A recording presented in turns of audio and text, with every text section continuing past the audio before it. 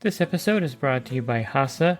Liquid is clearly better. Liquid chlorine is the highest purity, works immediately, has no added cyanuric acid or calcium, and it will leave your pool safe, clean, and clear. And by the bottom feeder professional grade battery powered vacuum system. It sucks to clean pools, so cleaning pools sucks less. Get $100 off with code DVB100. This episode is brought to you by Skimmer, the #1 pool service software in North America. With Skimmer, you can streamline your schedule, grow your revenue, and keep your customers coming back with 5-star service. Whether you're a one-person operation or an established team, Skimmer is your partner in success. Visit getskimmer.com/poolguy to try Skimmer for free for 30 days. The Pool Guy Podcast Show. The Pool Guy Podcast Show. The Pool Guy Podcast Show.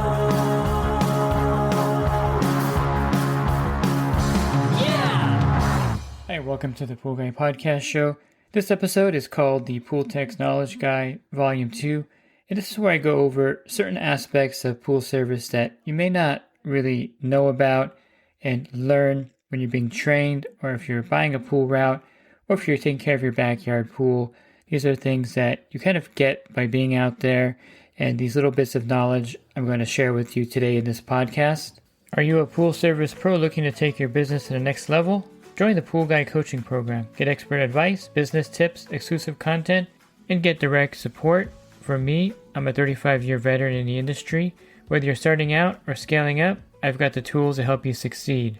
Learn more at swimmingpoollearning.com. Again, these are things that you kind of learn while you're out there to troubleshoot, and sometimes you really can't find the answer without experiencing things. I remember when I first started service, there were no cell phones, of course, and there was no Google really, and so I had to take off my first motor and replace it, and without any instructions, I kind of had to just use my logic skills to figure out how this thing worked. And it's not super difficult actually, but if you've never done it before, it can be challenging, and I was able to do it. It took me a lot longer than it does now, but I was able to work my way through it. So this is just to impart certain knowledge to you so that you don't have to kind of struggle through things. The first one I'll start with is if you have a rainbow offline chlorinator, that's the chlorinator with the black tubings.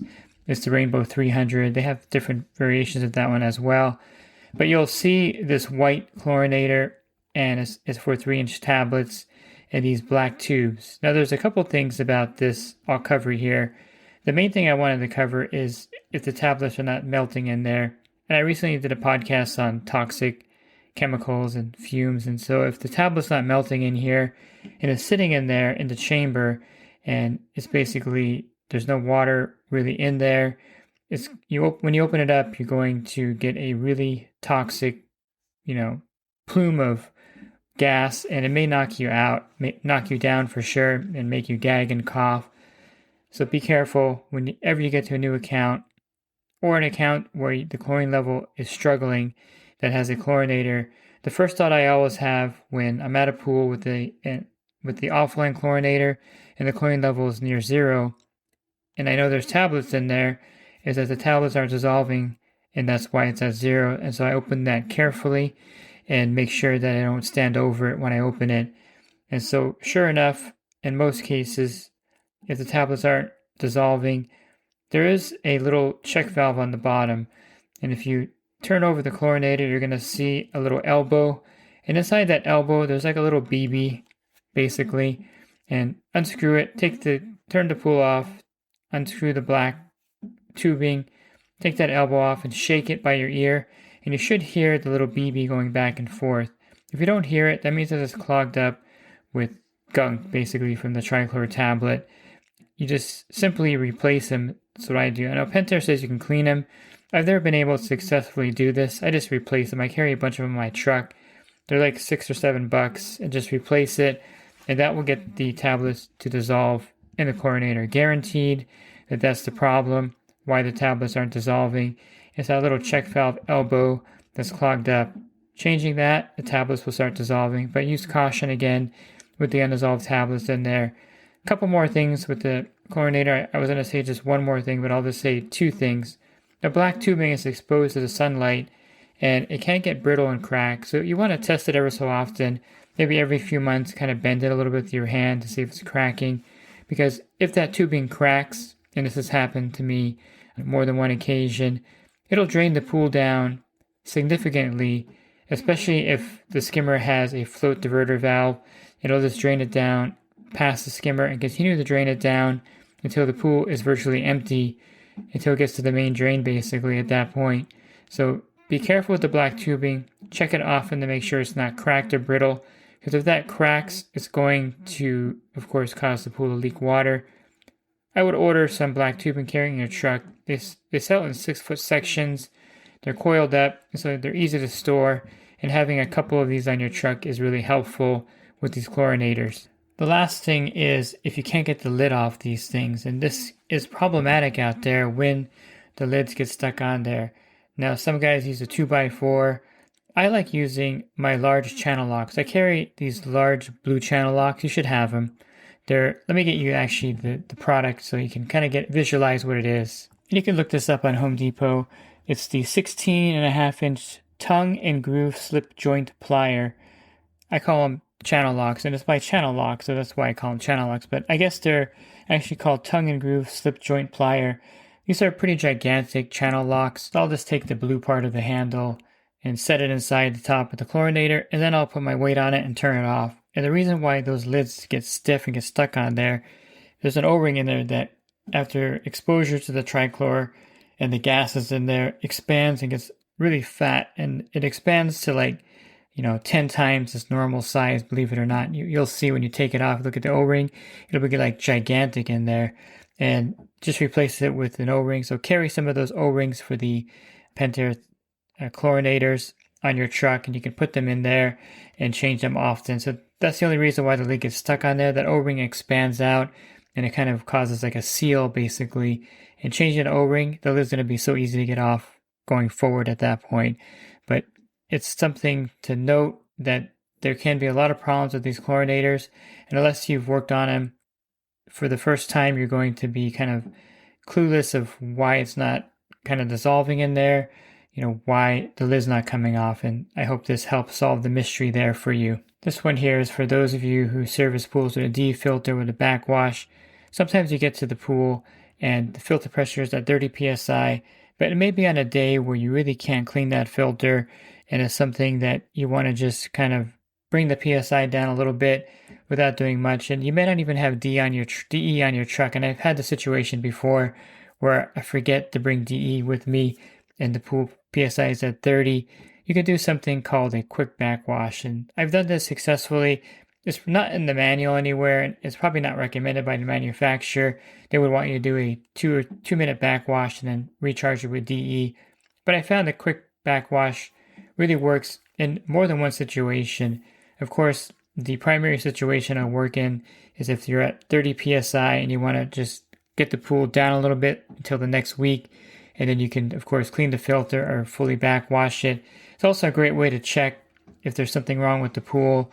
I think the quick backwash also offsets some problems with priming and things like that. So if you see that, the water's not filling up the pump pot or wet end, you look in the lid and it's half full of water and it's kind of churning and struggling, that's because it just needs one of these quick backwashes. Maybe the automatic cleaner is not moving, or the spa spillway is just trickling over when it should be flowing well. So turn the pool off, and then you want to backwash it for about 25 seconds, 30 seconds, and then put it back in the pool mode, and you'll see the PSI drop down maybe to 20 or 22. And that's enough to get you through the week in most cases. It's also enough to get water flowing in the pump basket, and it doesn't really expel a lot of diatomaceous earth. And that's something that is effective with DE filters. Now let me cover a couple backwash points since I'm talking about this.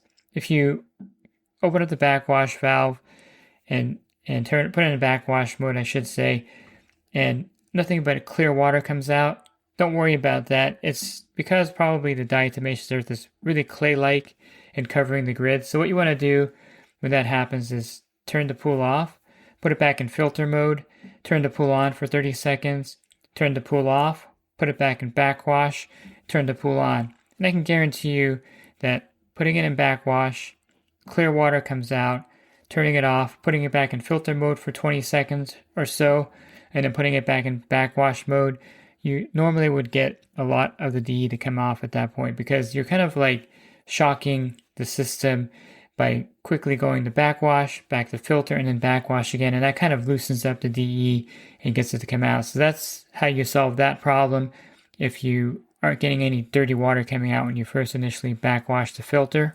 And last, if you do backwash the filter for 1.5 minutes or 2 minutes for a full backwash, the question always is, well, how much diatomaceous earth do I put back in?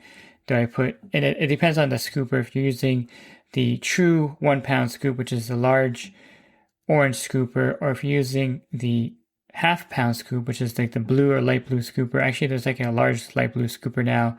So basically, diatomaceous earth, when it's dry, the dry weight is different than the wet weight. It's kind of confusing, but a true 1 pound scoop of DE is 1 pound. It's a larger scoop, and the regular scoop is actually half a pound of dry DE, so you have to put 2 scoops. But let's just say you're using the large true 1 pound scooper.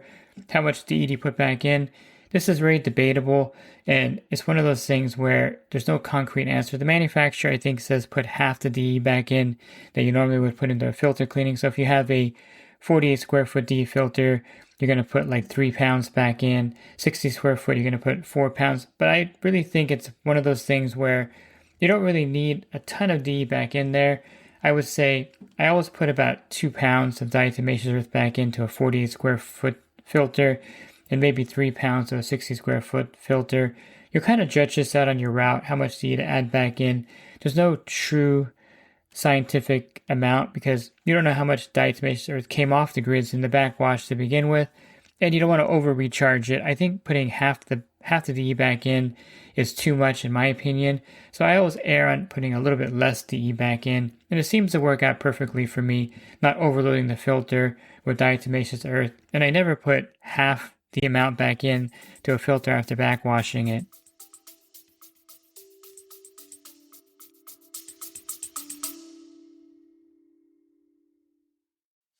And the Pool Guy Podcast Show has teamed up with UPA to bring you affordable, reliable liability insurance starting at just $64 a month. Get up to $2 million in coverage, and the members of my coaching group get an even lower rate. Protect your business and your peace of mind. Sign up with UPA today by clicking the link in the podcast description.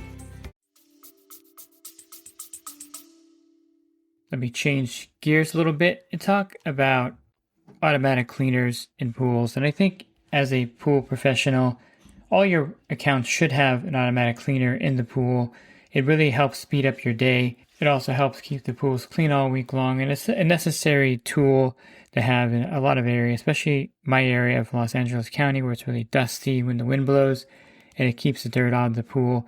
Now the question is, what's the most effective way to sell these cleaners to customers that are reluctant to buy them? Because a lot of customers like them, have them already in the pool when you take over the account. Not a problem. But there are a segment out there that just don't want them in the pool. Don't think about it. Some of them may say, well, I hired you to clean the pool and that's why I don't want one. I want you to clean the pool and vacuum it every week. That's fine. But there is a pretty easy way to sell these to the customer. And I find that there's 2 effective ways. One, of course, is to put a demo cleaner in the pool. Now, pick this carefully because you don't want the demo cleaner to fail and the customer's going to be like, yeah, I told you they don't work. So pick your demo cleaner carefully. I think there are a couple of default demo cleaners that you can drop in the pool and not worry about. I would say the Hayward Aquanaut pool cleaner is probably one of the best demo cleaners. Works in just about every pool. Now, of course, fiberglass and vinyl pools, you would want to demo something like the Zodiac Ranger, but for the plaster pools and PebbleTech, I like the Hayward Aquanaut. You can also demo the Polaris Max or Atlas cleaner. These are also pretty bulletproof in those pools. So make sure you set it up for the pool. If it's a VS pump, get the RPM set. You should know how to set these up pretty good at this point. So setting it up is critical so that it's actually working in the pool. And these 2 are pretty effective in keeping the pool clean during those weeks. I'll leave it in for 2 or 3 weeks. Then I'll tell the customer, if you want to buy it, I'll sell you one at cost from my supplier. And sometimes they can order one and get a rebate as well. or you can get the rebate for them.